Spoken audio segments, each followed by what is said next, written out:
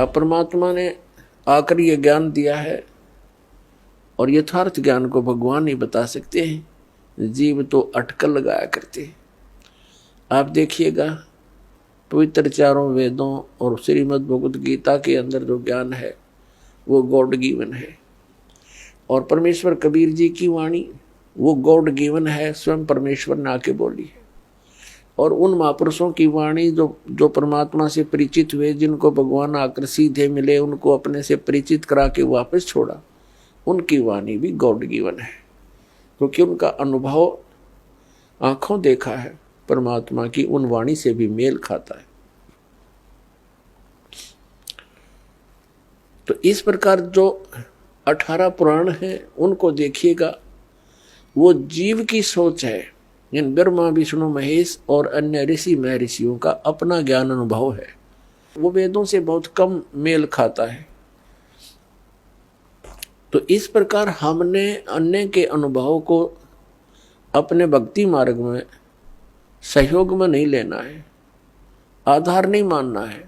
इस ज्ञान को सुनने के लिए, ज्ञान को समझने के लिए 18 पुराण हमारे लिए एक विशेष सहयोगी हैं, लेकिन भक्ति की विधि के लिए इनका सहयोग हमने बिल्कुल नहीं लेना। और उसमें जो भी भक्ति क्रियाएं बता रखी हैं वो वेदों से नहीं मिलती हैं तो नहीं लेना, उनका पालन नहीं करना हमने, तभी हम सफल होंगे।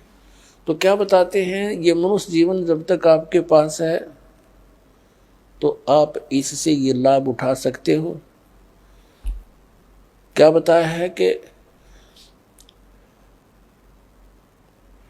लोहे जैसा ताव जात है ये काया दे सराही,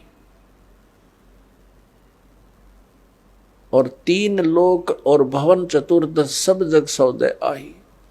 जैसे कारीगर लोहे को गर्म करता है, उसको इतना गर्म कर देता है बहुत अधिक, और फिर उसको निकाल कर तुरंत उस पर चोटें लगाता है। गरम गरम लोहे पर चोट लगा करके वो जो वस्तु बनाना चाहता है बना सकता है। लोहे के जरा से भी ठंडा होने के उपरांत उसके ऊपर चाहे पूरे गणना झाड़ ले, चाहे घन मार ले, उसका कोई लाभ नहीं होगा। वो टेढ़ा मेढ़ा बन जाएगा, वो वस्तु नहीं बनेगी जिसके लिए प्रयत्न किया गया था।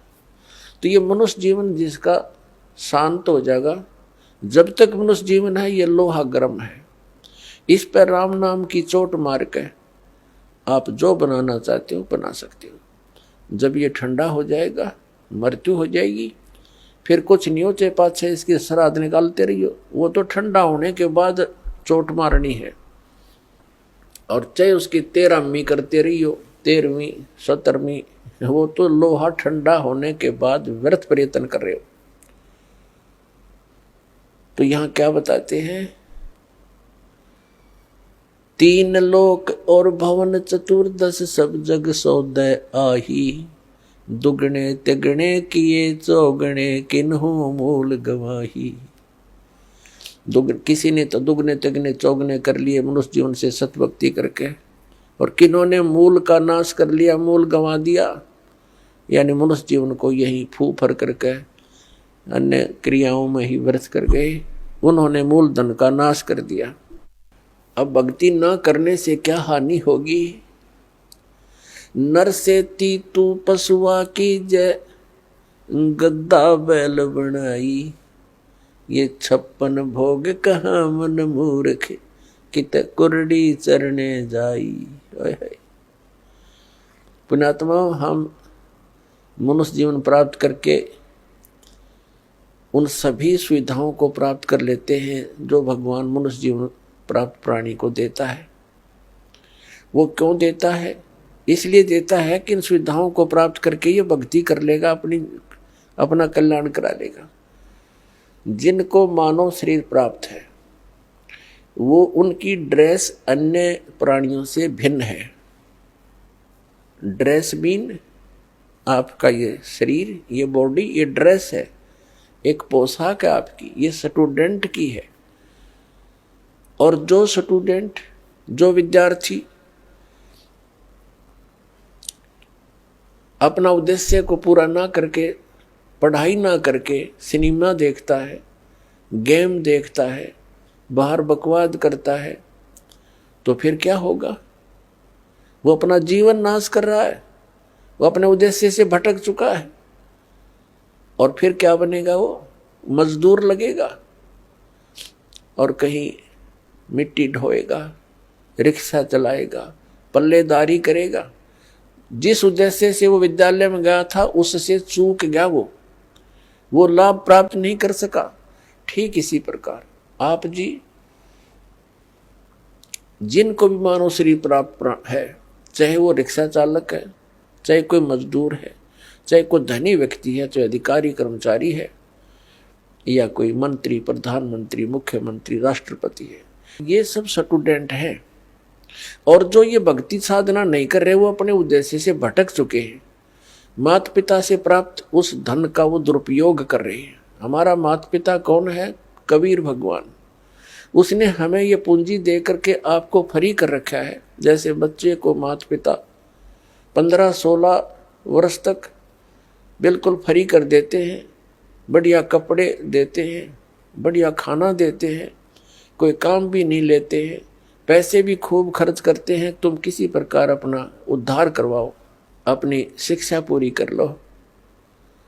तो पुण्यात्माओं, परमात्मा ने आपको वो धन देकर यहाँ एक विशेष ड्रेस परा रखी है। इसमें विशेष सुविधाएं हैं जिससे आप भक्ति कर सकते हो। बच्चे को इसलिए सुविधा दी जाती है, विद्यार्थी को, कि इन सुविधाओं को प्राप्त करके ही वो अपनी भक्ति, वो पढ़ाई कर सकता है, तभी सफल हो सकता है। तो आप जी को परमात्मा ने ऐसी सुविधाएं दी हैं, खाने के लिए सुंदर अन्न, फल, आहार, काजू किस्म, सेब, संतरे, दूध, दही और सद्बुद्धि दे रखी। मकान झोपड़ी गालो, प्राकृतिक आपदाओं से बचने के लिए भूख लगे जब भोजन खा लो, प्यास लगे जब जल पी लो, सब उपलब्ध है। उसके साधन बता दिए, जल ऐसे मिलता है।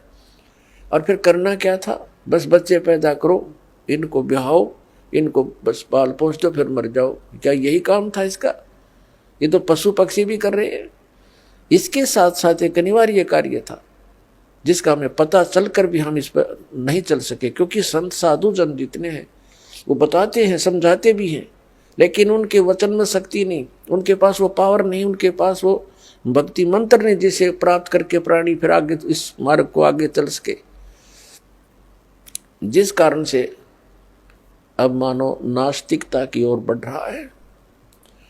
तो मनुष्य जीवन आपको प्राप्त हुआ, इसकी उपलब्धि ना करने से, भक्ति ना करने से फिर क्या होगा?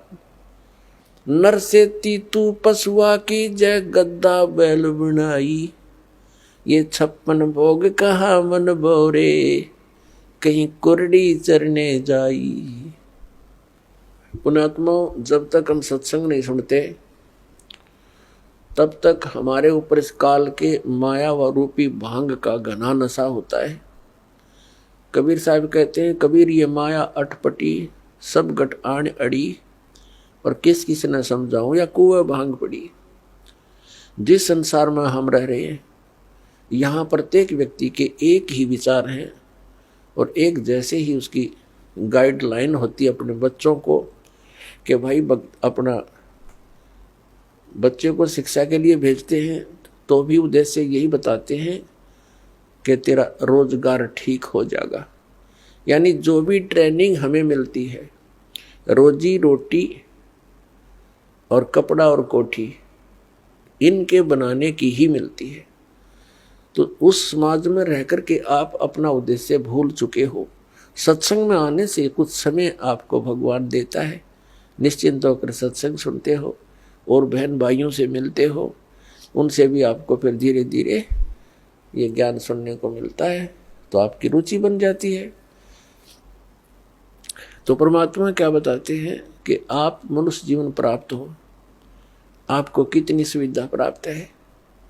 जब भूख लगती है खाना खा लेते हो, प्यास लगती है पानी पी लेते हो, गर्मी सर्दी से बचने के लिए मकान बना लिए।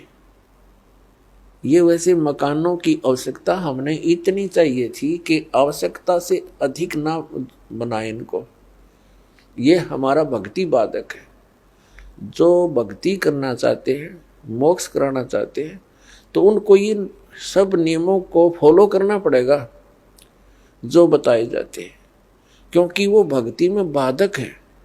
और जो भक्ति बाधक है आप उनको भी साथ लेकर चल रहे हो, तो आप ऐसा कर रहे हो जैसे किसी पशु के गल में लठ बांध दिया करते सा मोटा रस्से में गाल के।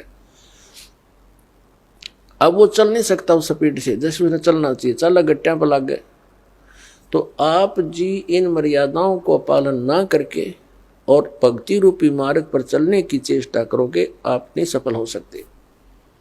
तो इसलिए हमने ज्ञान के आधार से इन बुराइयों को, इन कुरीतियों को और सांसारिक परंपराओं को भी त्यागना पड़ेगा, तब हम इसमें सफल होंगे। फिर अपनी बड़ी स्पीड से चलेंगे।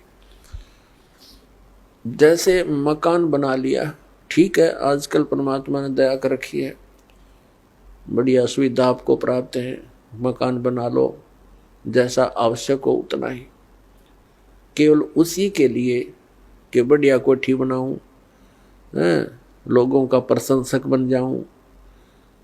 ये हमारी अपनी सोच होती है, अध्यात्म मार्ग नहीं है। तो मकान बनाओ जितना आवश्यक हो और जितनी आपकी जेब अलाउड करती हो, आवश्यकता से अधिक खर्च मत करो। हमारे पूर्वज आपने देखे होंगे, हमने तो खूब याद है, झोंपड़ियों में टाइम पास करके कई कई पीढ़ी, उनका तो इतना काम है, एक चारपाई डालनी आपने, चाहे 10 कमरों का मकान है आपका, एक कमरे में एक कोने में 3.5 बाई 7 फुट की जगह चाहिए आपने। घुटने तो घुड़िया तो मोकली है। कबीर साहब तक कहते हैं घर तो 3.5 हाथ और गणा तो 4.25 है। कहे कबीर अधिका कहे उसको नहीं विचार। ये मनुष्य की जो शरीर है 3.5 हाथ का होता है। परमात्मा कहते हैं आपने घर 3.5 हाथ की आवश्यकता है, घना बनाओ तो 4.25, अरे से फालतू बनावा है तो मूर्खता है तेरी। फिर भी परमात्मा का कहने का तात्पर्य है कि आवश्यकता से अधिक कोई भी वस्तु आप संग्रह करते हो, आपकी भक्ति का बाधक बनेगा, क्योंकि समय वेस्ट व्यर्थ जाएगा। कोठी बना ली, 1-2 लाख अपने पास से लगा लिए, 3 लाख कर्जा कर लिया। अब जब तो कर्जा ले लिया, ऋण ले लिया, पता नहीं चला, 1 महीने के बाद मांगने वाला आने लग जाएंगे। चैन गई, रात न नींद आवा नहीं, और भक्ति का भी नाश। वह कोठी के काम आई आपके। तो इस प्रकार हमने भक्ति मार्ग में जो बाधाएं हैं उनको त्यागना पड़ेगा।